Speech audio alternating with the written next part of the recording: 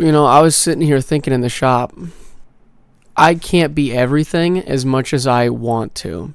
So what I mean by that is I would love to be a great guitarist, a great musician just in general. I'd love to be I'd love to be everything. I'd love to be great at everything. And here's what I'm getting at with this is you just can't, right? As much as you want to be, you just can't. And a good example of this is that I'm not a good cook.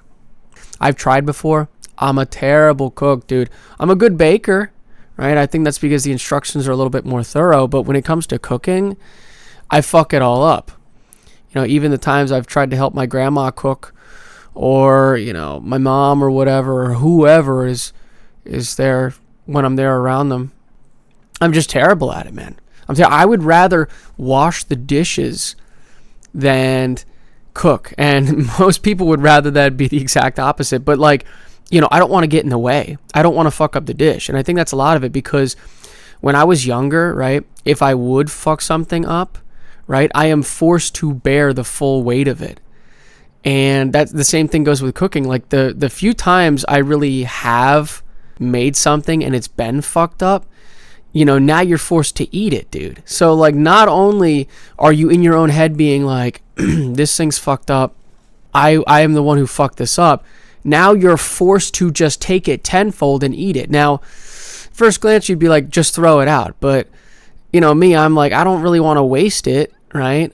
And if it's bad enough and it's charred to a crisp, dude, and it's gonna give me cancer in a year, I'm like, okay, I gotta get rid of this. But if it's it's the beans are a little soggy, or whatever, it's I'm a perfectionist. I think that's a lot of it too. But my point is, we can't be great at everything, right?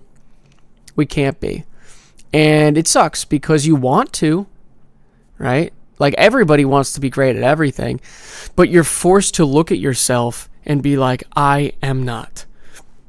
And in a sense, that's okay. I mean, realistically, right? Because, we're in the imperfect state right now, and that's going to be the way it is until whenever. But, recognition is half the battle. Recognizing that you can't be everything.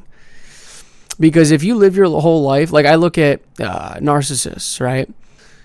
They have the outward appearance of being great at everything, but inwardly they aren't coming to the end of themselves and being like, I'm not great at everything. And they have so much shame from it. But why? I'm not shameful that I'm not great at cooking. It's just that I'm not. And I'm not trying to throw the burden onto somebody else while I'm cooking and then making a shit meal for everyone. So sometimes you just have to kind of lay yourself down, if that makes sense, and be like, I'm not good at this, and that's okay. I mean, trying is half the battle. I had said this in another video. I'd prefer you to try something and recognize that you're not good at it, or at least make the attempt, than be either perfect right out the gate or never have tried at all. Because that's a big issue. I mean, it is. And even what I was saying with, being perfect right out the gate, you never really learn anything if you're perfect right out the gate. You don't learn certain things. Because I know when I've made guitars, or when I've made whatever, a fucking table, cutting board, a lot of shit out of the wood, I'll be like, oh, I learned something from my mistake.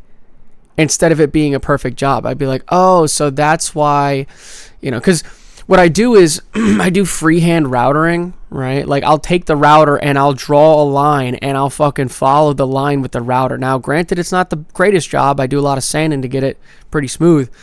But my point is, I've learned when I've nicked pieces of wood to be like, oh, so if I overtake the edge too hard, it's going to grab and yank the router in my hands, or whatever else. You see what I'm saying here? Yeah, there's a lot to unpack with that, but I'm as usual, I'm getting off track. This also goes actually back into another video I had done where, I was saying how, you ask somebody to do something and they fuck it up.